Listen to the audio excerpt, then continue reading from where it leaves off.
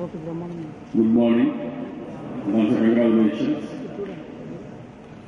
His Excellency Sri ESL Narasimhan, Professor Rajareddy, Professor V. Rajkumar, members of the Governing Council. It is an honor to be with the distinguished faculty, proud students, eminent guests, and most importantly, the university's first graduating class. This is not an ordinary class. It is the first one to emerge from an extraordinary set of innovations guided by Professor Rajareddy himself. Starting from inclusive admissions, the innovations cover an impressive spectrum, individual laptops, new teaching methods, courses from the best institutions, self-paced learning, and close monitoring. I am sure the graduating class will uphold our faith and confidence in this new system of education, the modern system of learning, taking advantage of technological and knowledge from across the globe. This day, I am sure, will make a distinct and impressive achievement for this class. Join me in giving our warmest congratulations to the young achievers.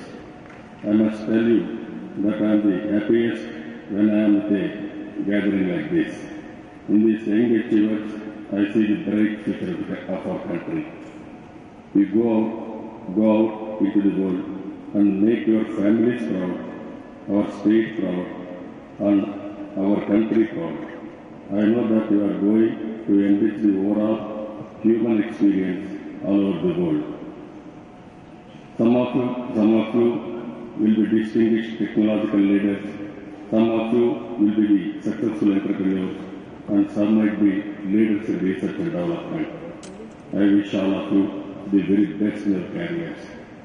6 years since inception, the university has grown from a fledgling 6,000 seater to a university's sprawling campuses, renowned faculty, ICT-based education, world-class laboratories, and dynamic campus life.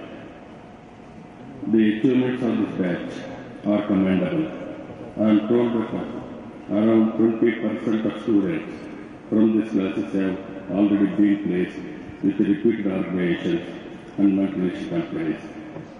I congratulate the Chancellor, Vice Chancellor, members of the Governing Council, and the university staff for the guidance in making education inclusive with a noble aim to educate meritorious rural youth. I am very happy today Rajareddy garu చెప్పారు. రాజారెడ్డి గారితో నాకు 20 సంవత్సరాల పరిచయం. ఒక విధంగా చెప్పాలి, this is a dream. మేము కలిసినప్పుడు ఫస్ట్ రాజారెడ్డి గారితో నాకు పరిచయం. ఆయన తెలుగువాడు కావడం, మన రాష్ట్రం నుంచి వారు అమెరికాకు వెళ్ళడం, అమెరికాలో కాలేజీ మెలన్ యూనివర్సిటీలో ఆయన ప్రొఫెసర్గా ఉండి ప్రపంచం మొత్తం ఐటీ అంటే ఒక ఐకాన్గా రాజారెడ్డి గారు ఎదిగారంటే గర్వపడగలిగే విషయం. అలాంటి సమయంలో నేను వారితో మాట్లాడినప్పుడు రాబోయే ఎమర్జింగ్ టెక్నాలజీ ఐటీ కాబట్టి నాలెడ్జ్ బేస్డ్ ఎకానమీ కూడా వస్తుంది. మీరు ఆంధ్రప్రదేశ్ ఏదోటి చేయాలని నేను చాలాసార్లు ఆలోచించాను. ఎక్కడ కలిసినా నేను చాలాసార్లు ఆలోచించింది ఇన్ఫర్మేషన్ టెక్నాలజీని ఏ విధంగా ముందుకు తీసుకుపోవాలి, దీనివల్ల స్టూడెంట్స్ ఏ విధంగా బెనిఫిట్ రావాలి, ప్రపంచంలో ఇండియాకి ఏ విధంగా గుర్తింపు రావాలో చాలాసార్లు ఆలోచించాను. నేను రెగ్యులర్గా దావాస్ వెళ్ళానండి. రాజారెడ్డి గారు కూడా రెగ్యులర్గా దావాస్ వచ్చేవారు. మేము అవర్స్ ఆలోచించేవాడు. ఇప్పుడుండే టెక్నాలజీ మాసెస్కి ఎట్లా అందుబాటులో పెట్టాలి, అదే మరిగా స్టూడెంట్స్ ఏ విధంగా ఈ ఐటీని ప్రమోట్ చేయాలి మన కరికులంలో ఆలోచించాలి. అది ఆలోచించడంలో మాకు కొన్ని ఆలోచనలు వచ్చి ఫైనల్గా ఇంటర్నెట్ ఉంటే సరిపోదు, కామన్ మ్యాన్ ఐటీ అడాప్ట్ చేసుకోవాలంటే టచ్ స్క్రీన్స్ రావాలి. ఏదైతే ఇప్పుడు మనం చూస్తున్నామో ఈ టచ్ స్క్రీన్స్ రావాలని చెప్పి 15 సంవత్సరాల కంటే మేము ఆలోచించడం, అది ఈరోజు రియాలిటీ అయింది. అదే మరిగా ఐటీని స్పెషలైజ్ చేయాలని, ఏం చేస్తే బాగుంటుంది చాలాసార్లు ఆలోచించినప్పుడు మాకు ఒక ఐడియా వచ్చి ట్రిపుల్ ఐటీ, ఫస్ట్ టైం ఇండియాలో ట్రిపుల్ ఐటీ క్రియేట్ చేశాం. అదే ఈరోజు రంగారెడ్డి జిల్లాలో క్యాంపస్ ఉంది. ఈరోజు అది చూస్తే one of the best model కింద ఐఐటీస్ కంటే పిహెచ్డీస్ కానీ క్యాలిక్యులేట్ చేసుకుంటే ఐఐటీస్ కంటే బెటర్గా ఉంది. ఆ రోజు మేము ఆలోచించినప్పుడు India as on today job work మాత్రం చేస్తున్నాం.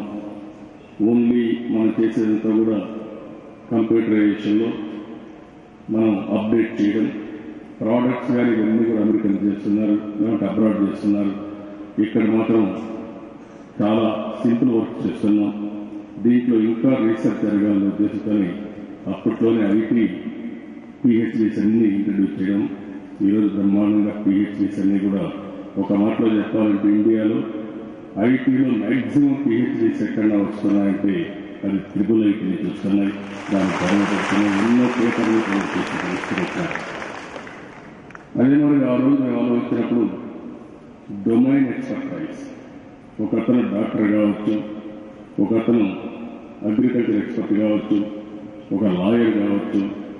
ప్రపంచంలో కాంపిటీషన్ ఎదుర్కోవాలంటే అతనికి కంపల్సరీగా ఐటీ నాలెడ్జ్ ఉండాలి. ఆ నాలెడ్జ్ ఉంటే తప్ప ప్రపంచంలో రాణించలేమని చెప్పి ఉద్దేశంతో ఆలోచించినప్పుడు ఒక ప్రోగ్రామ్ కన్సిడర్ చేశాం. That is MSIT, master of science in information technology create చేసి అది కూడా సక్సెస్ఫుల్గా ఈరోజు అవుతోంది. ఆ దిశలో 3వ ఇనిషియేటివ్ ఈరోజు ఇది ఒక మంచి innovative initiative, Rajiv Gandhi university of knowledge technologies. ఇక్కడ కూడా model I real appreciate this model. Rajireddy గారిని మనస్ఫూర్తిగా అభినందిస్తున్నాం. మండల్ లెవెల్లో ఉండే పిల్లల్ని ఎవరైతే 10th క్లాస్ పాస్ అవుతారో అందులో మంచి పిల్లల్ని సెలెక్ట్ చేసి మీకు అందరికీ ఎడ్యుకేషన్ ఇవ్వగలిగితే ఎంత బ్రహ్మాండంగా రాణించగలుగుతారో this one of the best model. దీనికి మనస్ఫూర్తిగా అందరినీ మనం చూస్తే గ్రామీణ ప్రాంతాల్లో ఉంటున్నాయి. ముందులో కూడా 10th క్లాస్ అయిన తర్వాత మీరు అడ్మిషన్స్కి వచ్చి ఇక్కడుండే క్యాంపస్ కానీ this is what exactly from the beginning ఆలోచించింది. నాలెడ్జ్ అనేది క్లాస్ రూమ్లో వచ్చేది కాదు, ఒక్క టీచర్ వల్ల వచ్చేది కాదు. టీచర్ అనే వ్యక్తి ఒక మెంటర్ రోల్ ప్లే చేయాలి. అదే మరిగా పిల్లల్ని ఎప్పటికప్పుడు ప్రోత్సహించే వాళ్ళే ఈ యొక్క క్రియేటివిటీ లేకపోతే నాలెడ్జ్ అంతా బయట తీసుకురావాలని ఉద్దేశంతో మనం ముందుకు పోవాలని చాలాసార్లు అనుకున్నాం. ఈరోజు అమెరికాకు ఇండియాకు ఎడ్యుకేషన్లో ఒక డిఫరెన్స్ ఉంది. అమెరికాలో ఎడ్యుకేషన్ అంతా కూడా స్టూడెంట్ బేస్డ్ ఎడ్యుకేషన్ ఉంటుంది. ఇండియాలో ఎడ్యుకేషన్ అంతా class room based, teacher based education ఉంది. ఇది కరెక్ట్గా మేము చాలాసార్లు అనుకున్నాం.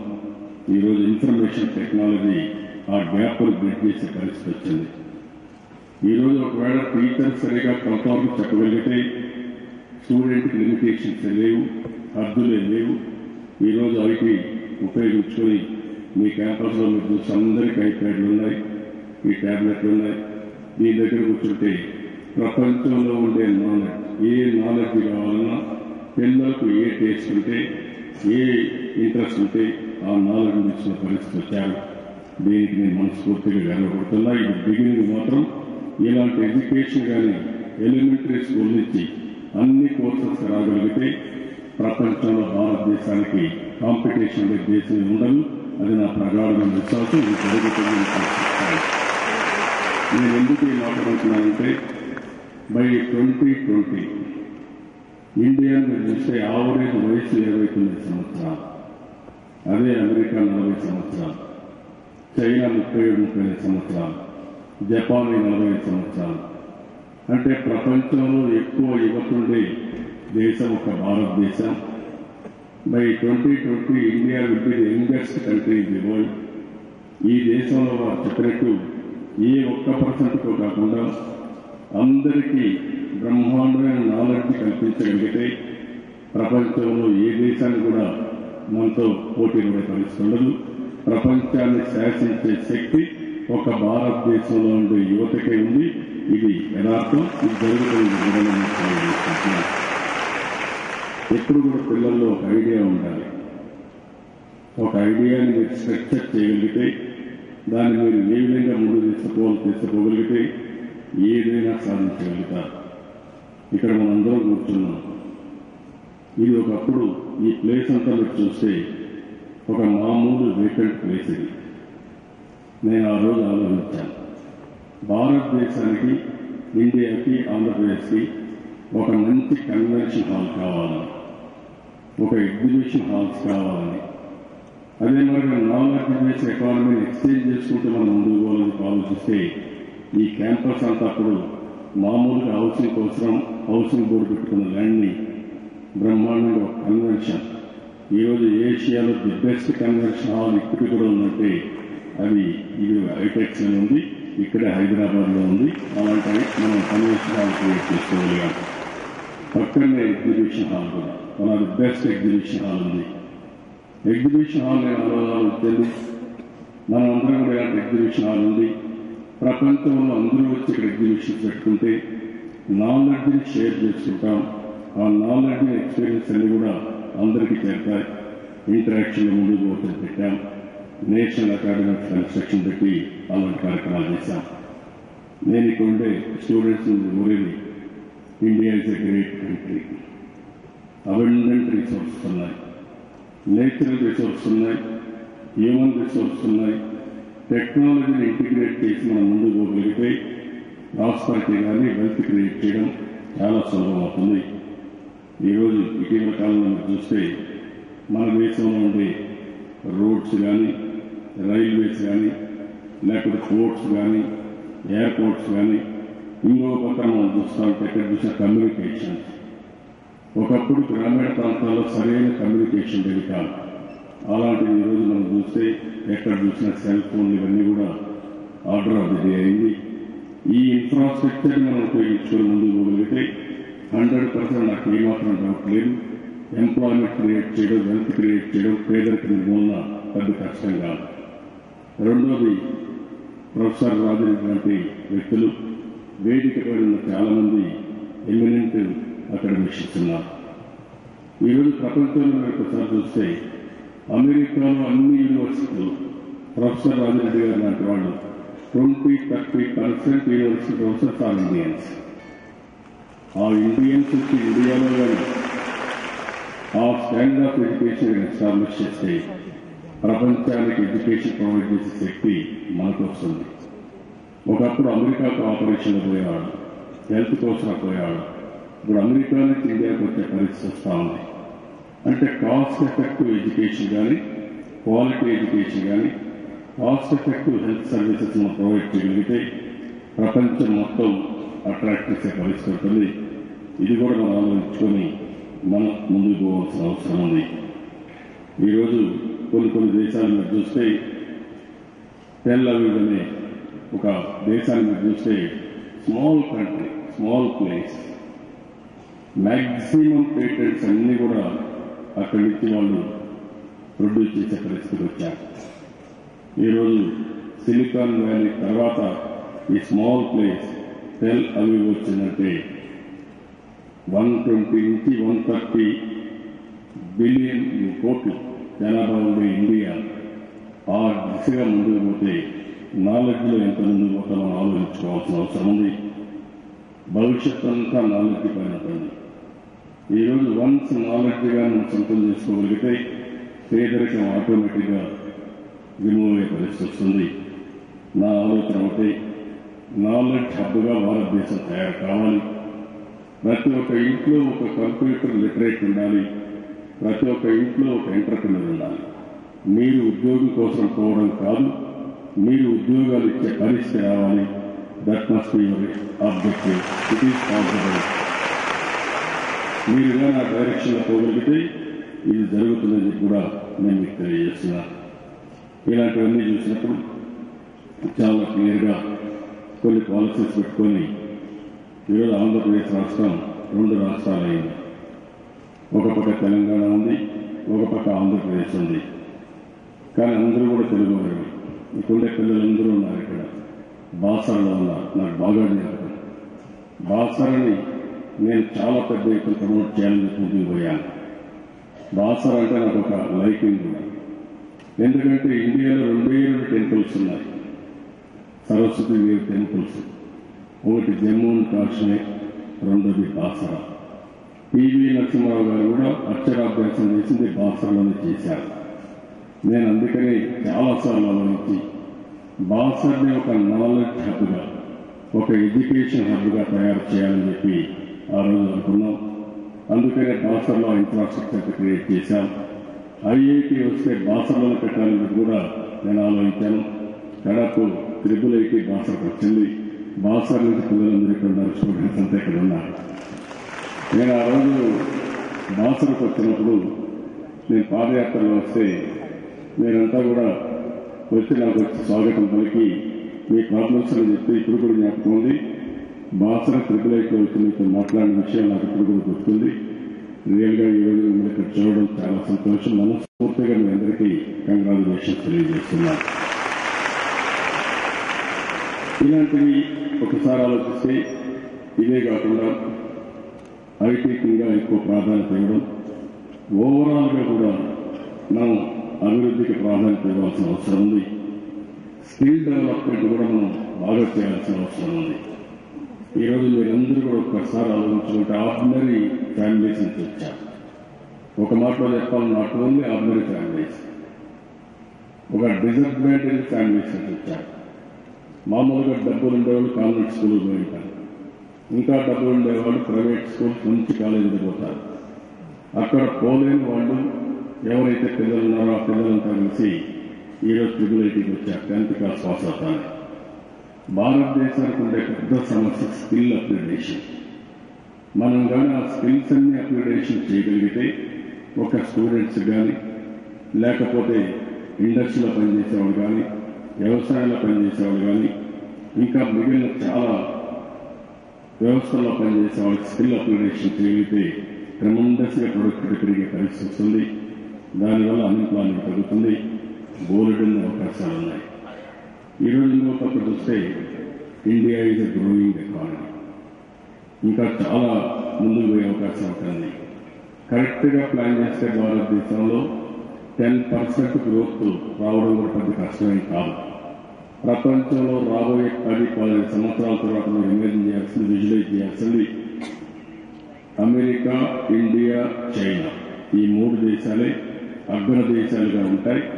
ఈ 3 దేశాల్లో కానీ మనం కరెక్ట్గా ప్లాన్ చేసి యువతని, స్టూడెంట్స్ బాగా ఉపయోగించుకోగలిగితే 3 దేశాల్లో కూడా అగ్రదేశంగా భారతదేశం ఉండే అవకాశాలు ముందుగా ఉన్నాయి. ఆ డైరెక్షన్ ఆలోచించాల్సిన అవసరం ఉంది. మనకంటే ముందు చైనా ఆర్థిక సంస్కరణలు వచ్చాయి, అక్కడ కమ్యూనిస్ట్ కంట్రీగా ముందుకు పోగలిగారు. భారతదేశానికి one of the best advantage democracy. ఆ డెమోక్రసీలో కానీ మనం ప్లానింగ్ కరెక్ట్గా చేయగలిగి నాలెడ్జ్ని ప్రాపర్గా ఉపయోగించుకుంటే మనం చాలా ఫాస్ట్గా ముందుకు పోయే పరిస్థితి వస్తుంది.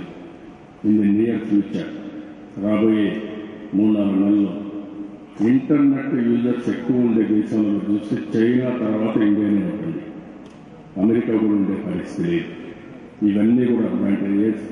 అందుకని ఒక పక్క అగ్రికల్చర్ కానీ, ఇన్ఫ్రాస్ట్రక్చర్ కానీ, ఇంకో పక్క ఎడ్యుకేషన్, హ్యూమన్ రిసోర్స్ కానీ ఇవన్నీ ప్రాధాన్యత కలిగితే మనం బ్రహ్మాండంగా ముందుకు పోయే పరిస్థితి వస్తుంది. Everything is possible. నేను ఇప్పుడే స్టూడెంట్స్ అందరినీ ఉపయోగపడుతున్నా, హ్యావ్ ఎ విషన్.